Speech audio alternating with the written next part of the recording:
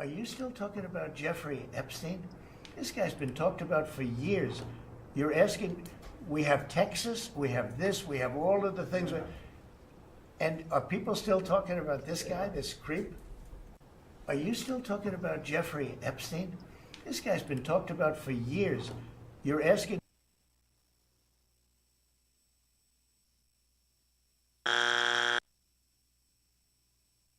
I think truth is good for kids. We're so busy lying, we don't even recognize the truth no more in society. We want everybody to feel good. That's not the way life is.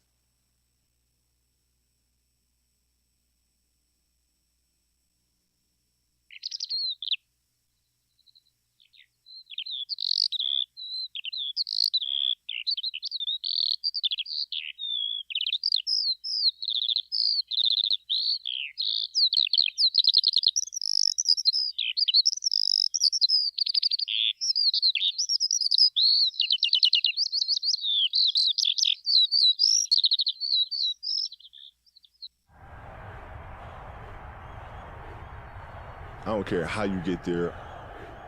I don't care what you do to get there. The goal is to win. What time is it? Game time! Woo!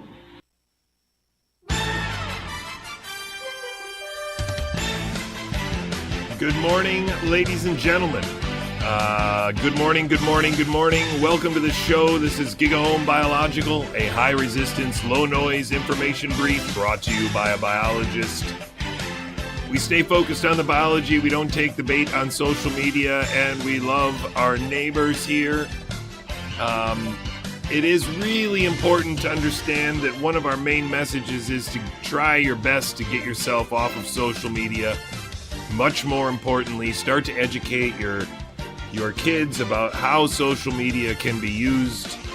Liars can use social media in concert to market products, but also to market different political ideas and even different societal changes. And so we've got to get off of social media and start using it more efficiently. If you want to drop a bomb at the next barbecue you're at, drop the bomb that autism spectrum disorder is a myth used to make sure that intramuscular injection is never questioned as a methodology, that virology is never questioned as a science, and that public health is never questioned as a reason. The same thing can be said for pandemics and gain of functions. They are also mythologies used to make sure that these things are never questioned. And they use it very effectively. It's because it's a long con, and most importantly, it's because we have acquiesced to the use of social media as some kind of substitute for a normal social network, a normal printed medium. It's really become obvious to me that if you are not required to put out a solid print magazine or even a PDF with a date on it, you are essentially allowed to change history. And those people that hold the keys to those archives can change history. Even the Wayback Machine could, in theory, be seeded with a whole bunch of snapshots of a website that never existed to make people believe that something was leaked a long time ago or that somebody was ahead of things when in fact they were not. I don't think you can underestimate how bad things have gotten with regard to the falseness on the internet. And so I'm starting to really default to everything being false. You can see here, this is in July, it's July 19th, 2020.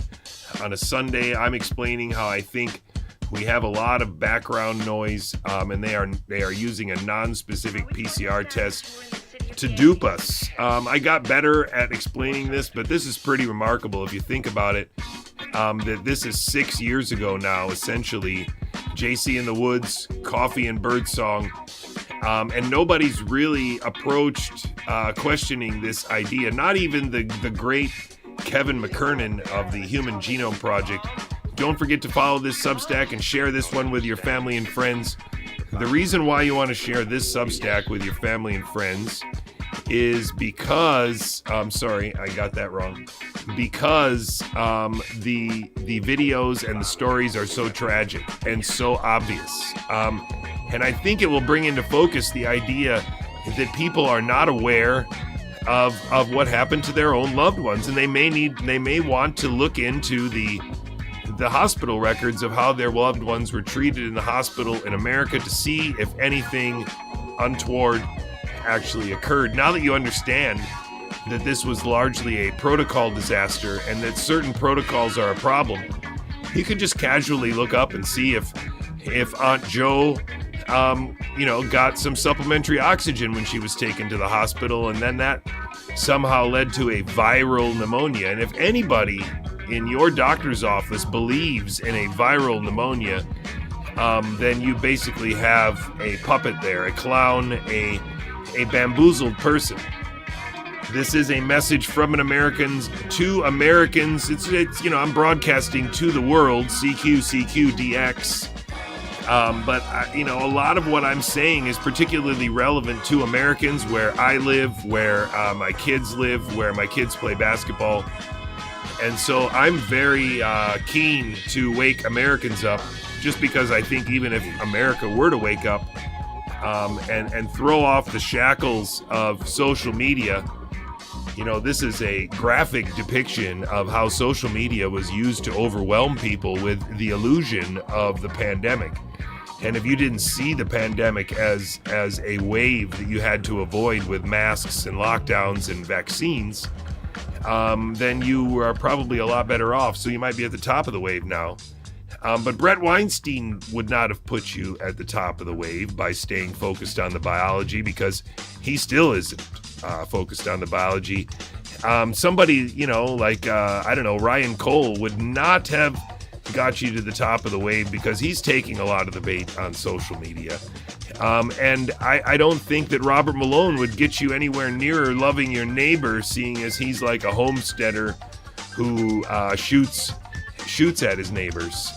Anyway, the same could be said for Andrew Huff. Andrew Huff has fired over 150 rounds in one day, directed at what he thought were the Michigan State Police, according to testimony on the High Wire, one of America's leading news sources on the conservative side of the movement. So if you want wake your family and friends up, one of the ways to do it might be to send them to this stream. That's really how this works. People spread the word, and then kapow, people learn the biology, and it suddenly makes sense.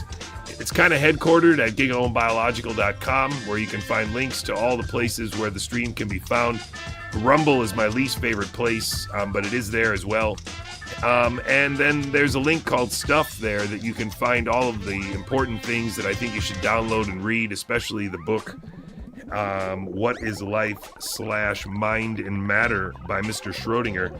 I'm going to find a copy of this book that I've started reading by Niels Bohr called Atomic Energy and Human Knowledge. It's an interesting book. It kind of, I think, is partly the inspiration for that Schrodinger book.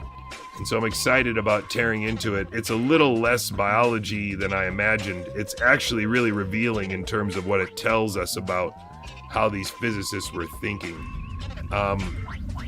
And if you're interested in following Solarfire 9's advice in the chat, buying old physical books, I think, is an actually really, really good idea. Hold on one second here.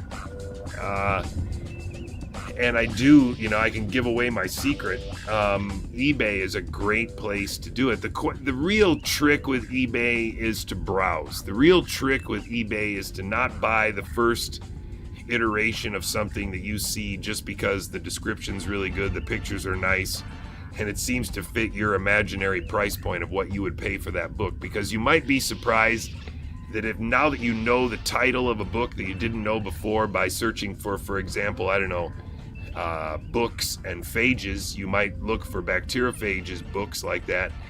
You might see that the book that you want is named this, and then search for that title and then find it, public. It could be anywhere from $45 with free shipping to $5 for free shipping.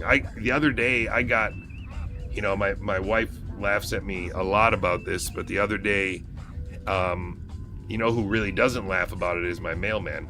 The other day I got a box that I bought on eBay for $35, which sounds like it's a lot. But it had 9 bird books in it, and they're very, very, very nice bird books. A couple of them old, the yada yada yada.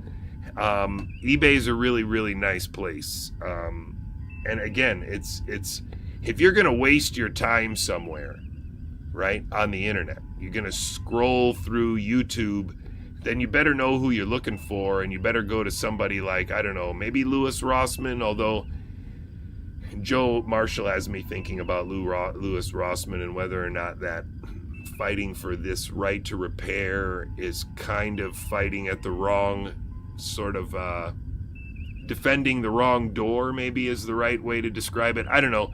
I've been trying to come up with an apt analogy for trying to describe some of the many ways that I think that social media can be used against us. And I think one of the ways you might think about how social media can be used against us in the context of a Lollapalooza of liars, people going on social media and scripted, wittingly or unwittingly, kind of coordinating this agreement across platforms and agreement across podcasts and even agreement across mainstream media that certain questions are the most important questions. And if you think about it from the perspective of house defense, and you think about the idea of advocating for your family to start defending the house by locking everybody into an interior bathroom and bringing all the guns into that room and then defending the door of the bathroom. So in other words, giving the thieves free run of your whole house, maybe even open up the garage door, I don't know. So social media can be used very effectively if they put a couple really well-spoken experts on guns to say that, if you're going to be shooting a gun in your house, you want to know where your family is. And so the only way I would ever shoot a gun in my house is make sure that I'm shooting a gun from a room where I know all my family members are, and then I can shoot through the wall. I can do whatever I want to. And then another guy might get on and say that, he's been to Iraq, and for him, this is the way it works in special forces. You can put the kids in the bathtub, blah, blah, blah, blah, blah. And so you have a whole series of people go and talk shit on a podcast about how it's best to lock yourself in the bathroom, defend the bathroom door, and give the thieves free run of the house. Now, I'm not an expert in these kinds of things. That may very well be the smartest thing to do. That may very well be but imagine that on the other hand, they put videos up and say you should have security cameras and you should get a dog and you should teach your kids how to use a gun and you should have good locks on your doors and, the windows should be X, Y, and Z and whatever, and you can do this and that and the other, and you shouldn't let anybody even on your property. That's a completely different thing. And what I'm suggesting to you is that depending on what they wanted people to believe en masse, social media is capable of making people consider the idea that is a debate worth having, and that a reasonable person thinks that it would be okay to bring their whole family into the interior, whatever. And you see what I mean? And so that analogy applies to anything. That analogy could apply to how people are currently thinking while they skillfully use social media, how they are currently thinking about immigration. Is the right answer that we're not stopping people at the borders? Is that the right answer? I don't know. But they certainly want us to believe that that's the right answer. Is the right answer that politicians are controlled by a Jeffrey Epstein, and so in order for this blackmail ring of control to go on, we can't reveal who's being blackmailed by Jeffrey Epstein? Is that real, or is that just an agreement that they've created by putting a bunch of people on podcasts and agreeing that that's really the thing? Just like, are you sure the right idea is to put everybody in the bathroom and bring all the guns in the bathroom and defend the bathroom door? Or is it just because a SEAL went on a podcast and told a story about Iraq and now you believe him? And just because you saw another guy talking about it on a cooking show and he also said the same thing, that at the restaurant they're going to do it like that. And so then 3 weeks later, the same guy you saw before is now on Joe Rogan telling the detailed story about what he did in Iraq and why it was so important to go to an interior bathroom and defend the house. And so this is it. Social media is the trap, and you are on their spaceship. And they're in control of all the meters and all the screens you read, and so you think you're running from comms over here to the science station and to the radar and the phasers, and all the buttons work, and it feels really good, but the whole thing is a set. And even the people that come through the doors and interact with you on this set are mostly fake. If you understand that, then you'll use social media in a very different way. And you'll see the noise for what it is, and you'll start to becoming Amish is the only solution is not far off. It's not far off. It's not far off. I think we can turn this to our advantage a little bit, though, if we start to manage our communities that we now have in that kind of independent way, and we start to think about our communities as needing to be managed in that kind of way cooperatively, it might actually be okay. It's true. But I'm not going to get into that right now. I want to switch over here. So this is for all the marbles. This is for the grandchildren of Earth. And I think this message has been, I think it's pretty good that there is a fake anti-vaccine movement in America. It's been there for a while. And it's not the kind of anti-vax movement that is characterized by the description that is often recited by somebody like Paul Offit, where, these people are grifters, they're just trying to make money, they're just trying to sell their nutraceuticals. No, they are part of the same national security show that brought you this narrative about a laboratory leak that has gone endemic on Earth, that we have been shut down for 6 years, count them. This narrative is only possible because we believe as a society a bunch of biological myths.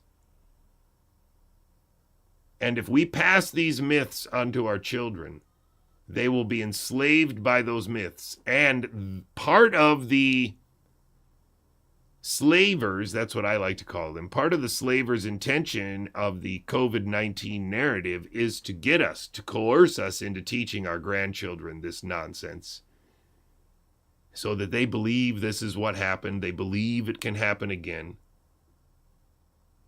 And if you hear what I'm saying to you, if you hear it, how I'm saying it, you can hear that it's a spell. It's a magic spell that they've cast on us with coronavirus. And so this is also best and most aptly characterized by being a future iteration of the Human Genome Project, a future iteration of the Human Genome Project. And so this whole, how can I say it,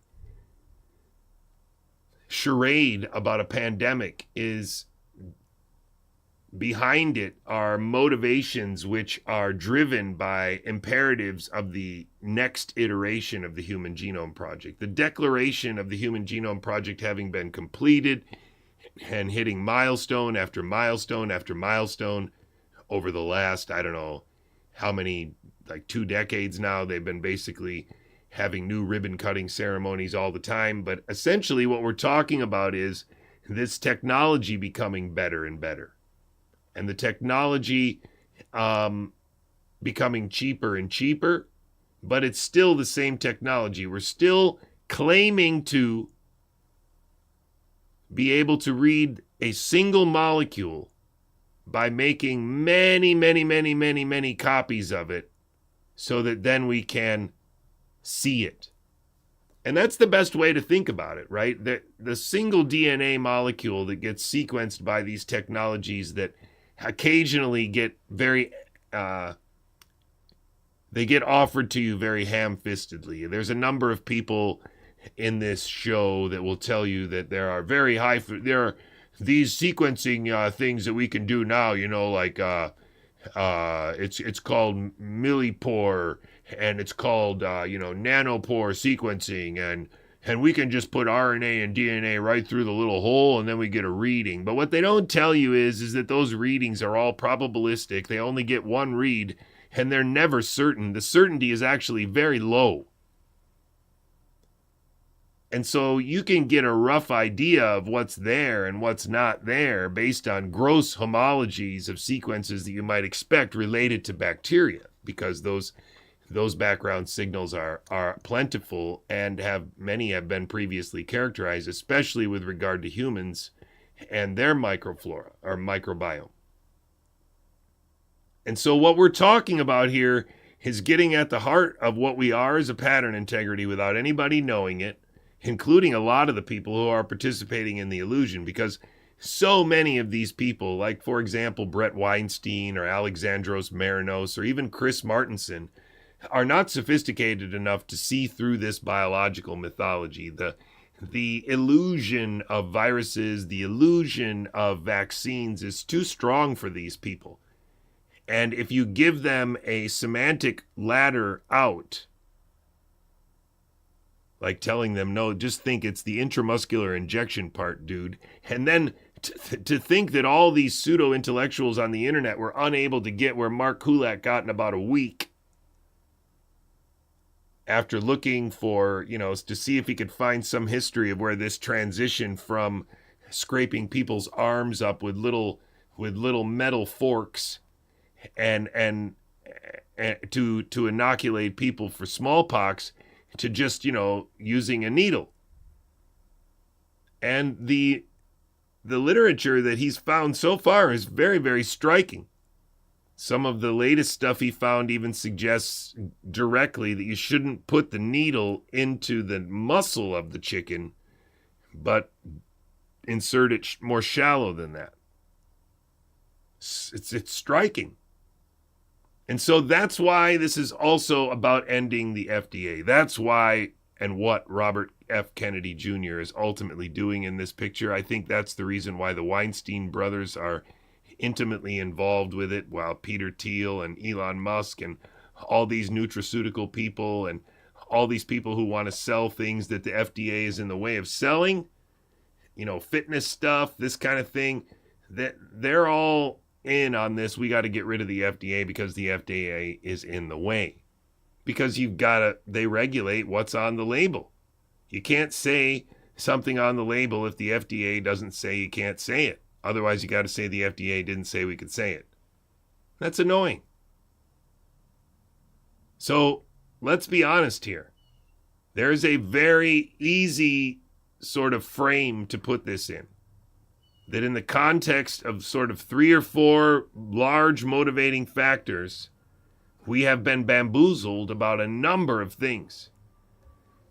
Because this is about our frickin' grandchildren, and they need to grow up believing all of these myths. And so it's full court press all the time, and social media is the hardwood. So as the price of synthesizing viral genomes get down to about 5 cents a base, it's going to cost $1,500 to synthesize a coronavirus genome, which may scare don't want to say scare the hell out of some of us, but it does allow us to ask those questions in an affordable manner. The other way to do it even more cheaply is to actually clone out the spike genes and make, in essence, recombinants, where you drop the spike gene of different bat coronaviruses that you think may have appropriate properties that could be pre-emergent strains, and characterize their ability to replicate in human cells, both primary cells and other cells in culture. So those types of questions are doable. Even the spike genome, for example, is only about 4 kb, so at 10 cents a base, it's a $400 experiment. So I'd like to bring Linda. Now, maybe dual-use experiments are concerned. That's another issue. Now, it's hard for me to take that and break it apart into the many pieces that it is, but suffice it to say that Gigaohm Biological is asserting that even this is a charade. Even this is scripted bullshit. I really think that what you have to see here is that the primary goal is to convince you that combinations of the wrong proteins can become very, very dangerous from a dual-use perspective. It could be a dual-use thing, but that's another. He's even scripted to giggle and lie about that, to say that, because remember, It's about getting these ideas out there and creating an illusion of consensus that this is just what happens if you put the right things together. It's not by accident that he says specifically the spike protein and that this is so long ago. It's really not. It's all part of the scam, just like the diffuse proposal is not leaked. It's part of the same scam. It may even be an adjusted part of the scam, an added portion of the script when things started to go out of control at the end of 2021. Who knows? Maybe the diffuse proposal was released specifically because I was saying in 2021 that Drastic was full of shit, that they're focused on the origins of the virus and not stopping transfection, then that makes them a fraud. And they didn't like that, so they sent Charles Rixey to my house, for goodness sakes, to convince me that the diffuse proposal was real and that me and him were the core of the American part of Drastic. And I'm free to admit that I was played because there were an enormous amount of human resources spent on me. So it was very difficult for me to see through the lies. There was a lot of coordinated lying around me. Even coordinated, rivalry and coordinated skepticism. And so Ralph Barrick's work stands as a basis for the idea that endemicity is real and that it can be a process by which a gain-of-function virus could spread and become everlasting. And it is also the end point where the gain-of-function virus has become everlasting. And so a lot of our family and friends might not say that they believe that happened, but they certainly understand that it's a possibility now, even in the most remote sense. It's not absurd. After 6 years of hearing people talk about it, and it go from a absurd idea to considered by most be, well, yeah, even Fauci admitted it. This is a pretty well ingrained idea. I would be even willing to bet that my son in high school could explain this. And so this is one of the things that we really need to target from the perspective of talking to people and thinking about trying to break people free. This is one of the overarching myths, just like autism spectrum disorder is. Endemicity as a process and an endpoint is also one of these overarching myths that allows us to PCR test for 16 viruses with one PCR test and think that that makes any sense. Like Mary Talley Bowden explained on my podcast in 2022. And so I want you to stay focused. I want you to not take their bait, but if you're using social media, that focus, it's very hard to keep it. And that's why this message is serious. Like, these people are not serious. They are performers. And they have performed in order to usurp or essentially take all the teeth out of the FDA. That's what you see here right now. 5 years these guys were performing on YouTube together with the express purpose of being legitimized as people promoted to where they are now, taking over the one part of HHS which would have any authority to look back on the PCR testing during COVID, to reevaluate or publish all of the tests that were used and who used them and where they were sourced and let people sort it out and try to figure out, who was killed and who wasn't and what did we count. Nothing will ever be done. And instead, that whole methodology has basically passed right past FDA, and they're not regulating at all as far as I can tell. That's remarkable. That is remarkable because these people are talking about all kinds of other things at the FDA that have nothing to do with PCR testing being regulated, sequencing being regulated, or the remnants of these tests being regulated as potential DNA samples that should be protected as part of your privacy rights. That's definitely not going to be something that the FDA worries about with these guys at the head. Number of spots filled up within hours. It was like a Taylor Swift concert. And I think it speaks to just how important this topic is and how This was 2 days ago, I believe. And this is just the introductory little remarks from this foreigner and, I believe, scripted trainer. it resonates with everybody. An effort that's meaningful with a clear roadmap to reduce animal testing. And that has a lot of implications, as we're going to hear about this morning. For one, it can help deliver cures and meaningful treatments faster to the public. Number two, it can reduce R&D costs and potentially even translate into lower drug prices, which is an important agenda item for this administration. It can also encourage more innovation. It reduces the capital requirements for new drug development. And finally, it's more humane and more ethical for animals. God did not make animals on planet Earth for us to abuse and torture. And so we have to respect animals, and this workshop is aimed at reducing animal testing in every way we can. That's a pretty remarkable statement because it seems to purport to indict, in a way, the abuse of animals throughout the system, as if everything that's done in the FDA in terms of toxicity and whatever is abuse of animals, that we might as well just do it in people, or we might as well just use AI to do it and then post-market monitor this stuff, which is the meeting that they're having today with some kind of pediatric group with a bunch of other people that are paid too much to read things.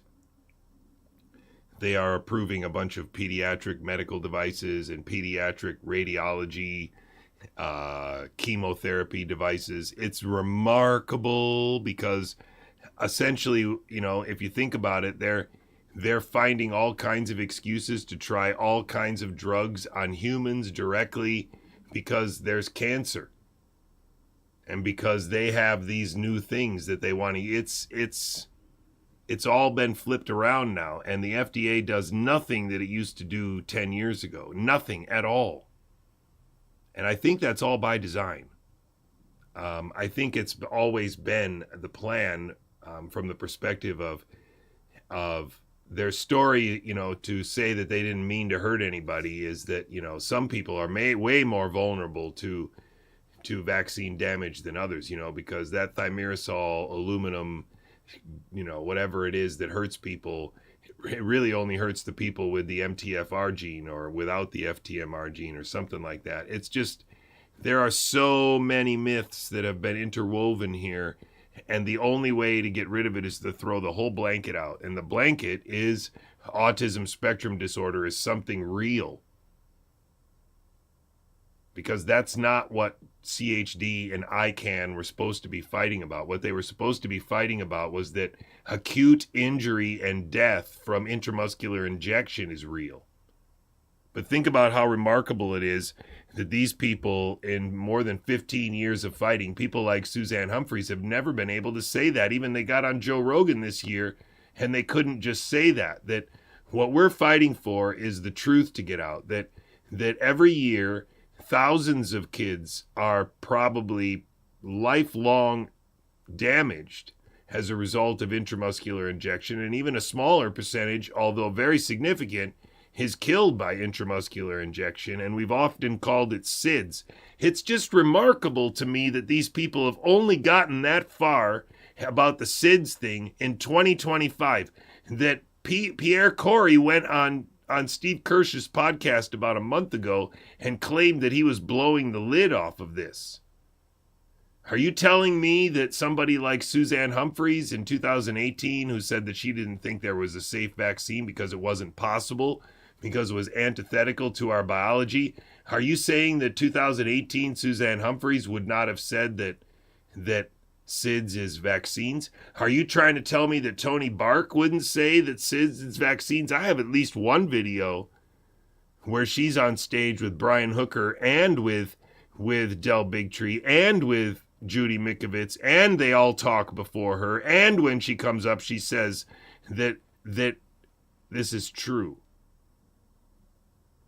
And then she died, and all these people got in front of her and never said it again. Even when Suzanne Humphries got on Joe Rogan, she didn't say it again because they are scripted traitors. Some of them have guns to their heads. Some of them have had their families threatened. Some of them have been bought off, and I don't care what the answer is. At some point in time, we have to have the principles to stand up for this. I don't think very many people have been coerced with a gun. I'm going to be very honest with you, because coercion with a gun doesn't really work. It makes people extremely desperate. Once you leave their house, then what are they going to do? They're processing this whole thing, and they realize that, you know, that guy could come visit anytime he wants to. Then that's no way to live, and you're going to create like a badger in a corner. And so I don't think very many of these people that are now in this show are actually, I do want to hear that. So I'm going to let this play. I don't think a lot of these people that are in the show have been coerced with violence. I think a lot of them have been coerced with promises of books, promises of comfort, promises of travel, extra money, and that gives freedom. You know, if you're a brownstone fellow getting $4,000 a month, plus you get like, you know, $15,000 a month from your Substack, plus, I don't know, all travel expenses covered by the IMA because you're a fellow there too, and besides travel, they also give you $4,000. That seems to add up to about $25,000 a month that a lot of these people could easily be pulling down just for writing a Substack, or even worse, using a chatbot to write Substacks, because that's what everybody told me I should do. The last time I did a Substack, they said, wow, this is shit. You could at least use a chatbot to clean it up a little bit. So I just assume that all these people are doing that all the time. It's one of the reasons why somebody like Jessica Hockett can just put out, you know, a Substack a week or 5. And Robert Malone can put out a Substack a week or 12. These are all frauds, ladies and gentlemen. They're augmented frauds. They are social media phenomenon being used against us. And you're never going to figure it out if you keep using social media as if it's a level playing field where the programming is all randomly driven by some algorithm that nobody really knows how it works. Then you're never going to get free. More importantly, you're going to hand over your children to that same manipulation, and they're going to grow up knowing nothing, caring about nothing, wanting to pursue nothing, and worst, they're not going to want to create anything.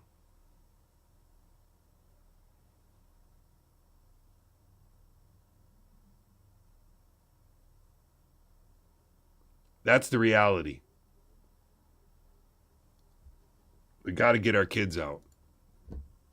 So I want to just say thank you to a lot of individuals. I want to thank Tracy Beth Hogue, who has done an amazing job. And Tracy Beth Hogue was interacting with me in 2020 and then blocked me. Nicole Kleinstruer. Where are both of you? Nicole? That's impressive. And Tracy Beth? That's Beth really is right impressive. here. She's on her way. Okay, so Nicole has done an amazing job, and even shuttling back and forth to the NIH and FDA. And she has been really a massive champion. 15 years of work or so, would you say, Tracy, that she has spent on this topic? Has an incredible career, and many of her goals are transpiring now with our new roadmap. Now, this is not going to happen overnight. There are many steps. What goals? Goals of getting the FDA out of the way. Goals of not having to do all kinds of expensive animal testing on nutraceuticals that we just want to sell to people that we don't care and can go to hell. That's what they think. I didn't mean that to rhyme.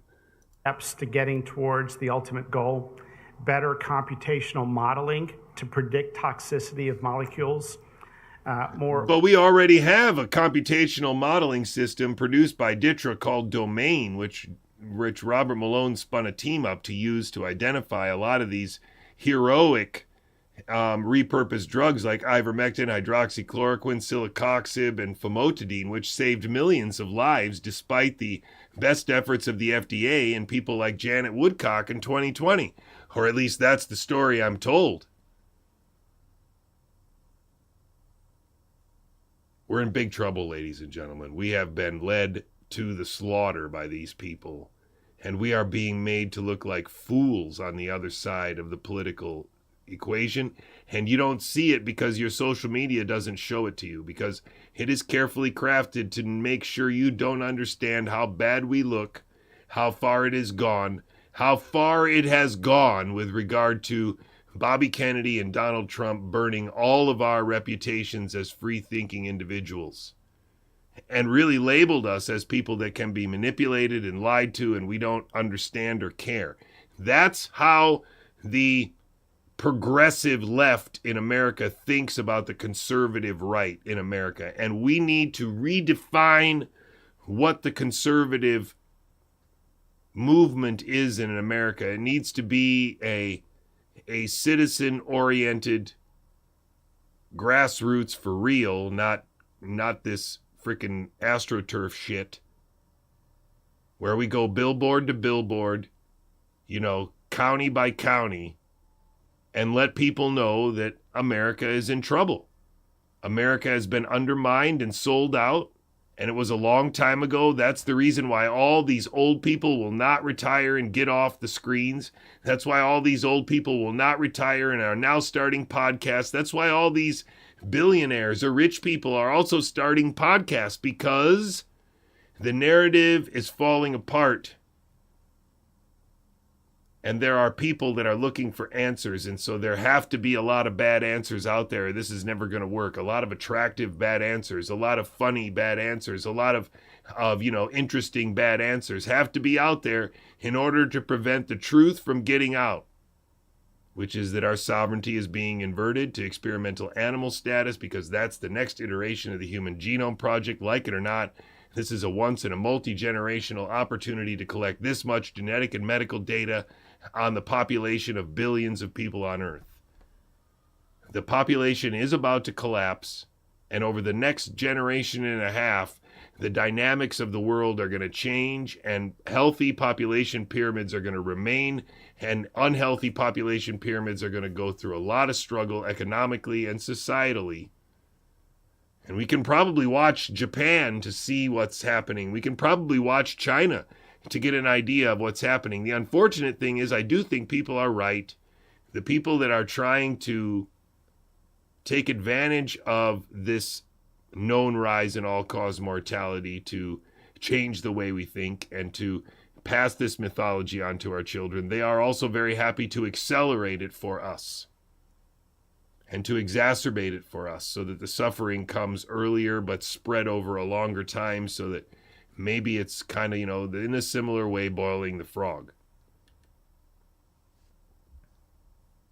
Organ-on-a-chip technology and organoid testing. Organ-on-a-chip technology, organoid testing, this is all essentially development-oriented genetics in disguise. And so inevitably, in order to create an organoid on a dish, or to grow a extracted organ that you get out of an animal in a dish, they're talking about doing things that still require animals a lot of times. So it's a little strange to me that all you're really talking about is not using live whole animals anymore. Like they make a big deal about this sewing skin on the back of a mouse or something like that. But then all they would do is say, well, we'll take that fetal skin and we'll grow it on mouse skin that we're culturing using Ralph Barrick's epithelial culture methods. And so they say that they're not going to use animals, but what they're going to do is they're going to take the live animal out of the experiment, but they're still going to use animal material. They're still going to clone and culture things that will require the butchering of animals in order to culture them. And so it's still a very disingenuous representation of what's going on, except in the sense of they are admitting that the pivot is going to be to this machine learning algorithm, artificial life, development-oriented investigations to optimize these. You're going to put in billions of dollars to optimize these experimental models of things that preserve animals, but really you're just optimizing how we can do life in a dish to investigate smaller systems and make that ethically acceptable. Make it okay to genetically modify those things and to fool around in that dish because, you know, it's just genes in there and stuff. And so that's all, it's part of the slippery slope. And you can hear it happening right now. All of these are important topics that will be discussed today. I want to thank Jacqueline Corrigan Curry, who's right here in the front row, and you'll be hearing from her. Hala Saber, who's with our oncology section. Good to see you, Hala. And so, well, I'll just let this play and then I'll turn the volume down. So I'm going to show you another video that this was from earlier today, and I want you to just hear in their language. I want you to listen for a couple things. One, they're reading. Two, the lady who reads the most stuff about legality is about the conflicts of interest and how they are covered and what laws they are covered under. So understand, like the ACIP, a lot of these meetings, these committees are actually part of the legislation, and the outcome of these committees is essentially law in living law making. It's like, you know, the committee decides this, but because the committee is part of the law, it essentially makes the committee's decision part of the law now. And so what you're listening to here is the FDA explaining that in a lot of terms read by an Indian lady. And sharing your expertise with the PAC committee. I'm now going to pass the meeting on to Shivana Srivastava to announce the FDA representatives who are joining us for today's meeting. Next slide, please.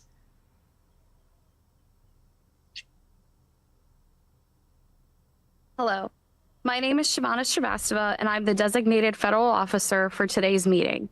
In today's meeting, FDA speaks. She's the designated federal officer for today's meeting, and her job is to read this script, but I bet even dollars to donuts she had no role in processing it. Speakers will be Dr. Deanna Green from the Office of Pediatric Therapeutics, Mr. Scott Colburn from CDRH, Dr. Craig Zinderman from CBER, and Dr. Ivani Kim from CDER. They will briefly introduce themselves when they address the committee. Additional FDA participants and representatives will introduce themselves when speaking throughout the meeting. I will now read the conflict of interest statement. Next slide. I mean, imagine that we are in 2025 and we still have shitheads on Zoom saying next slide. Think about that. The Food and Drug Administration is convening today, July 9th, 2025, for a meeting of the Pediatric Advisory Committee under the authority of the Best Pharmaceuticals for Children Act of 2002, the Pediatric Research Equity Act of 2003, the Food and Drug Administration Amendments Act of 2007, the Food and Drug Administration Safety and Innovation Act of 2012, and Federal Advisory Committee Act of 1972. That's a lot of laws. That's a lot of laws she's citing that we don't have any idea what they do or what they allow or what they mean or what changes they made. You see why it's so important we have a lawyer or two or three that care about anything? Barry Holland doesn't know what those things do, what they're contained within. Think about that. And think about her reading this shit. This meeting is a particular matter involving specific parties, products, devices, and biologics for which the committee will discuss post-marketing safety events reported for these products. With the exception of the industry representative, all standing members of the committee are special government employees from other agencies and are subject to federal conflict of interest laws and regulations.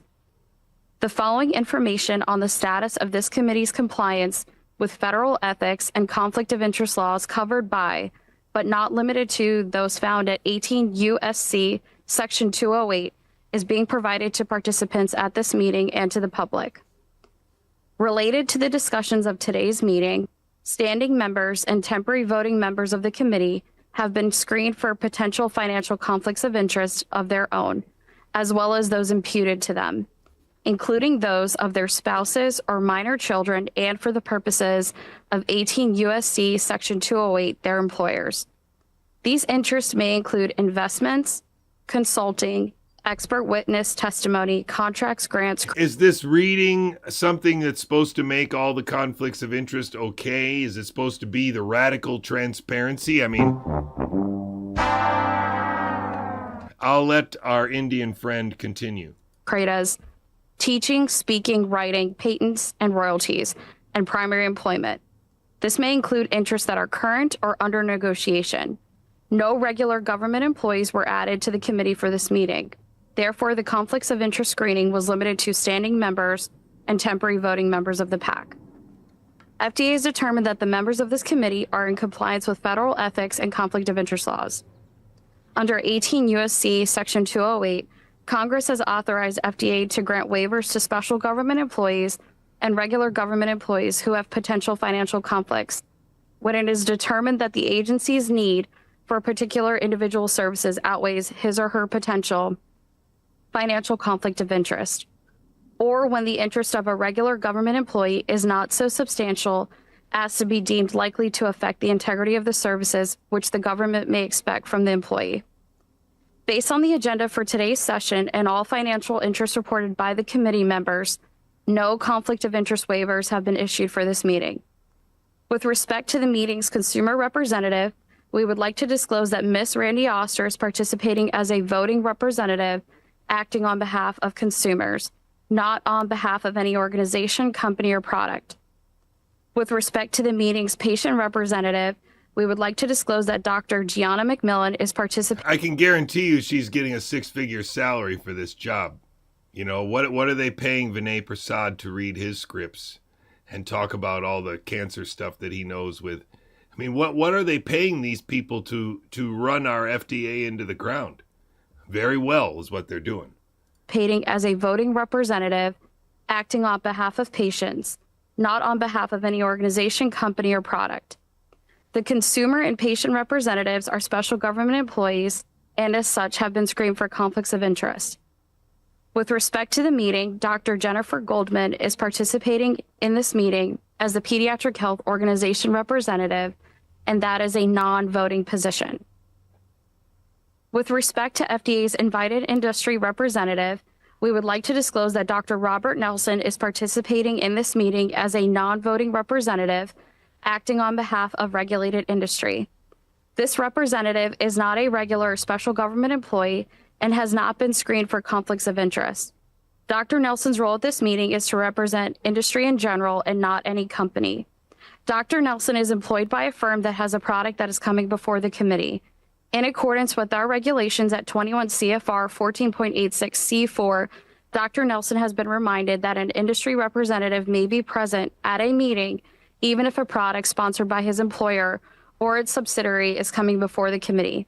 However, his role as an industry representative is to represent all of industry and not... I hope my point is landing here, right? There is no explanation for this long conflict of interest statement about each of these people and in general, except for this is their illusion of radical transparency. That this is the same stupid shit, different day, same channel. You know, this is awful. And it should not be dismissed that this is yet another foreign person with a particular ethnic bent. And also at the FDA. I mean, I'm very bewildered by this right now. This pattern is bothering me a lot as an American who has been trying to do what I think is my patriotic duty for 6 years now. To see this just Trojan horse style undermining of HHS from the top to the bottom. Any specific firm or product. Consistent with Commissioner McCary's April 17, 2025 statement, FDA is only including industry representatives in advisory committee meetings where required by statute. FDA is required to include an industry... Required by statute? Do you see? She is reading stuff she did not even write, does not understand. And this is not the way our government should be running after 249 years of existence. This is not the way the FDA should be running after, 40 years since Estes Kefauver. Wait. Oh, sorry. 60 years after Estes Kefauver. Come on, this is a show. This is ridiculous. Representative in today's meeting under 21 USC 355 N3C. Under FDA regulations, although a non-voting member serves in a representative capacity, the non-voting member shall exercise restraint in performing such functions and may not engage in unseemly advocacy or attempt to exert undue influence over the other members of the committee. FDA encourages all meeting participants, including the industry representative and open public hearing speakers, to advise the committee of any financial relationships that they have with any affected firms, its products, and if known, its direct competitors. I mean, have we heard any figures about how many members of the FDA took the early retirement, for example, that the super clown Elon Musk, absolute super fraud, offered everybody? Because I think that's one of the things that on our side of the show, where everybody's cheering for Donald Trump and hoping that Peter McCullough gets an appointment eventually, these people are all bamboozled to the point where they can't see this. They can't see this abject failure that the Donald Trump administration is with regard to Gaza and Israel and Iran and tariffs and insider trading on the tariffs and the rumors of tariffs and the negotiation of tariffs and this whole, Epstein has a file, doesn't have a file. This is all scripted bullshit. While the FDA is destroyed. While the CDC moves forward under an ARPA-H director, while the FDA shifts to AI for all of it, to replace the people that are gone, to make the people that are left more efficient, so that forms can be filled out and blanks can be filled out without a lot of research and scrutiny, but just let an AI put in the right references. That's what they are actually doing. We would like to remind the members that if the discussions involve any products or firm not already on the agenda for which an FDA participant has a personal or imputed financial interest, the participant needs to inform the DFO and exclude themselves from the discussion, and their exclusion will be noted for the record. To ensure transparency, we encourage all standing committee members and temporary voting members to disclose any public statements that they have made concerning the product at issue. We would like to remind members that if the discussions involve any other firms or products not already on the agenda for which a PAC member has a personal or imputed financial interest, the participant will need to exclude themselves from such discussion, and their exclusion will be noted for the record. FDA encourages all other participants to advise the committee of any financial relationships that they may have regarding the topics that could be affected by the committee's discussions. Thank you. I will now turn the meeting back to our chair. Next slide. Did you have any concept of what she told you and why she had to tell you all that? Other than CYA covering their ass? All right, we will now proceed with opening remarks from Dr. Deanna Green, Director of the Office of Pediatric Therapeutics. Thank you, Dr. Fisher. Good morning, everyone. I would like to welcome our committee members and guests who are joining us for today. Okay, so this is the director, an MD, and I don't know, FCP is. Is that like a pharmacist or something, maybe? Opening remarks from our director of the Office of Pediatric Therapeutics. Wow.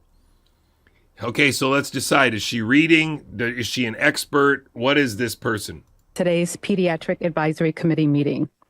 I want to start by first thanking our committee members for their service and for the time you have taken to review the advanced materials and to prepare for today's meeting.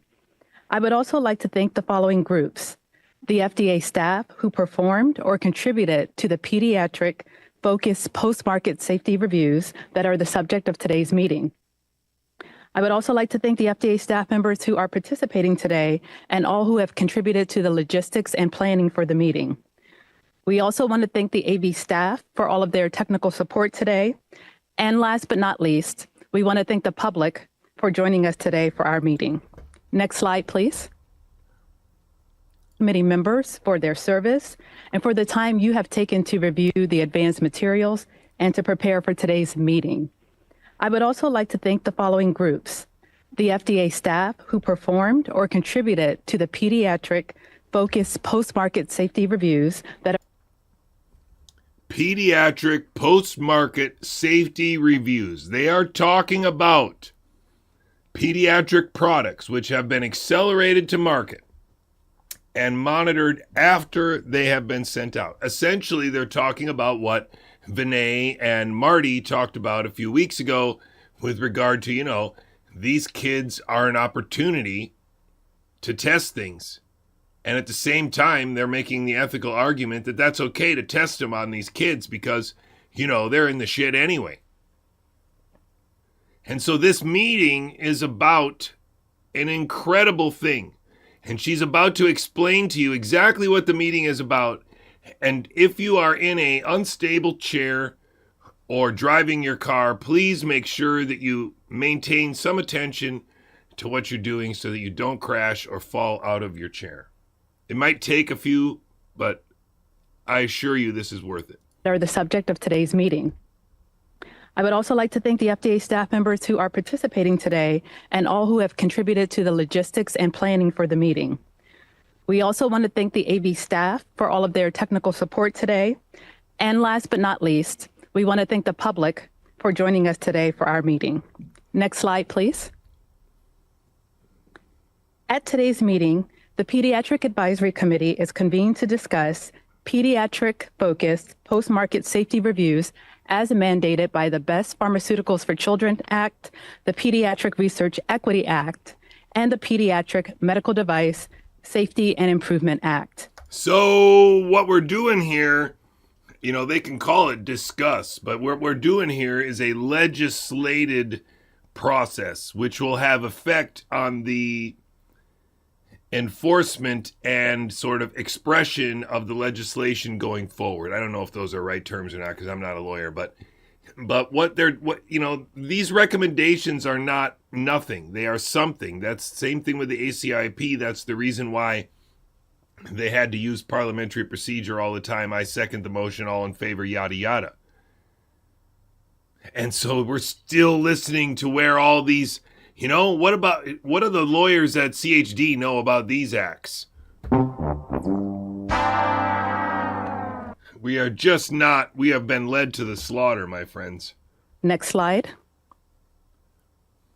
Before we proceed with the focus of today's meeting, I will first provide an update on the Pediatric Research Equity Act non-compliance letters as required by legislation. Pediatric Research Equity Act non-compliance letters. So these are people who have tried to take advantage of a law that allows them to rush things to market, but then have not been in compliance with reporting the post-marketing frickin' results. How many of them are there? And how complicated can you say that you've not really effectively regulated anything? We got to send a letter to scold these people. Hey, you're supposed to send in some shit. Can you imagine this? FDA issues PREA non-compliance letters to sponsors if they have failed to submit within the time frame a required pediatric assessment or report of a molecularly targeted pediatric cancer investigation as appropriate. FDA has also issued... I think it's important for us to know what molecularly targeted is, but I don't know it right now. But I think you can assure yourself that is some kind of loaded term that has legal implications for what fits into this, legislative structure. Such a letter if a sponsor failed to request approval for a pediatric formulation as described in Section 505B of the Food, Drug, and Cosmetic Act. Consistent with the Act, FDA has also made publicly available on the FDA website the PREA noncompliance letter and sponsor's response with certain redactions. If a sponsor has requested a deferral extension or submitted a waiver request by the due date of the pediatric assessment or the report of the molecularly targeted pediatric cancer investigation, FDA has not issued a PREA noncompliance letter unless FDA subsequently denied the deferral extension or waiver request. Next slide. So since the last reporting on the non-compliance letters at the September 2024 Pediatric Advisory Committee meeting, there has been one new letter issued by CBER, the Center for Biologics Evaluation and Research. Next slide. They didn't read which thing. So this is freaking unbelievable. I'm telling you, this happened this morning and I didn't watch it. I just recorded it and came back after coffee. Look, respiratory syncytial virus vaccine has not reported its post-marketing results. And yet that vaccine was part of the recommendation of ACIP when they said that if a mom doesn't get this, then we should probably give the kid monoclonal antibodies afterward, and one of these three should be recommended. And they approved that too. Retzit Levy said some kind of, he has some skepticism as a papa. But then in the end, they approved it anyway. This is absolutely freaking extraordinary if you see that her script actually does not contain her saying what pediatric product is currently out of compliance. Stop lying! I have no responsibility. And there have been 15 new letters issued by CDER, the Center for Drug Evaluation and Research. The information related to these letters are listed on the previous slide. Look at, they have implants. Implants.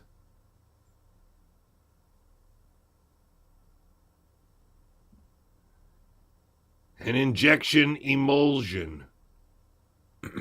I mean, come on, guys. Come on, guys.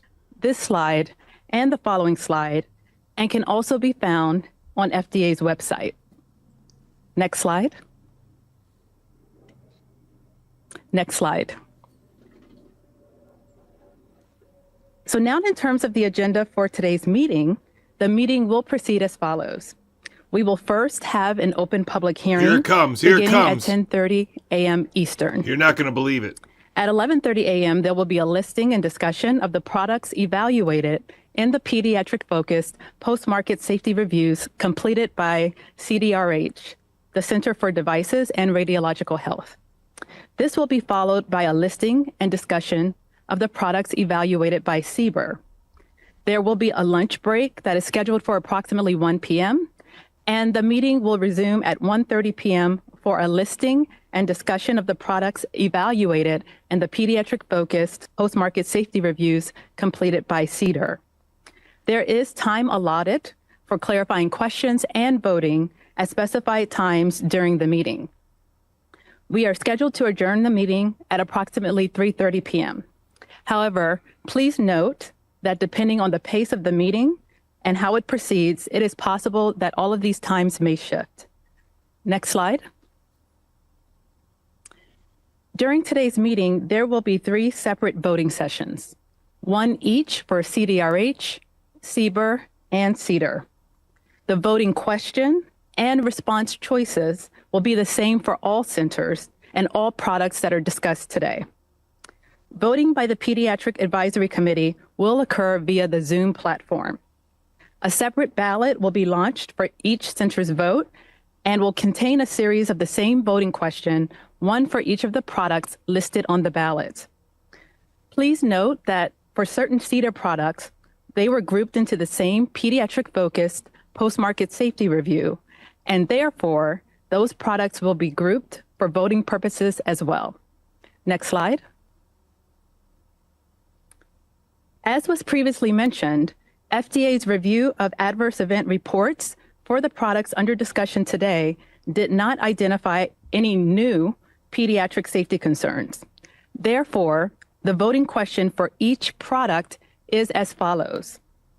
The FDA recommends continuing routine, ongoing post-market safety monitoring of each of the CDER, CDRH, or CBER products under discussion. Does the Pediatric Advisory Committee concur?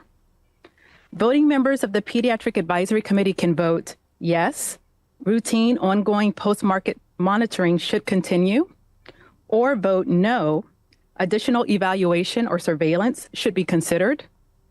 Voting members can also choose to abstain from voting, and some voting members will be recused from voting on certain products due to conflicts of interest. So understand what she just said. The vote is going to be whether they should continue to post safety monitor stuff or whether maybe we should consider adding a little more surveillance while we're still post marketing safety monitoring it.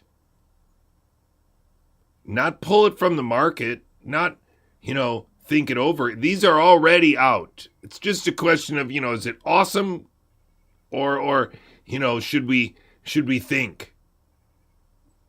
This all pro forma. It's all pro forma, and this lady is pro forma. She has no real role in the FDA, just like the last lady who was reading doesn't have any role in the FDA. They're all scripted traders, witting and unwitting. And I think she's an unwitting participant. I think the last lady was an unwitting participant. They are just barely smart enough to read what they're told and to show up looking professional on time. Next slide.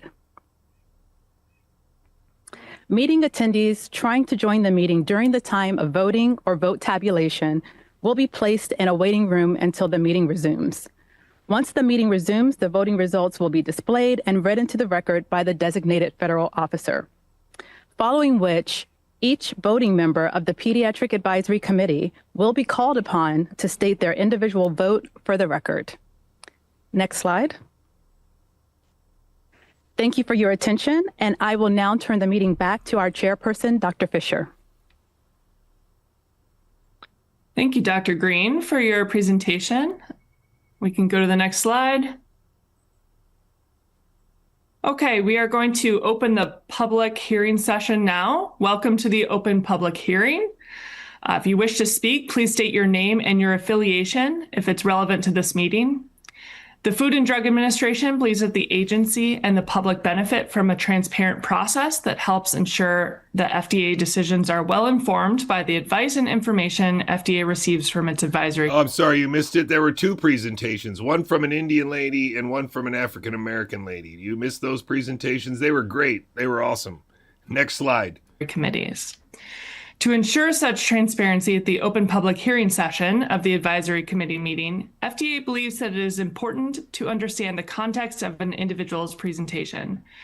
For this reason, the FDA encourages you, the open public hearing speaker, at the beginning of your written or oral statement to advise the committee of any financial relationship that you may have with the sponsor, with its product, or if known, any of its direct competitors. For example, this financial information may include a company's or group's payment for your travel, lodging, or other expenses in connection with your attendance at this meeting, or grant money that your organization receives from the sponsor or a competitor. Likewise, the FDA encourages you at the beginning of your statement to advise the committee if you do not have any such financial relationships to which you may state for the record.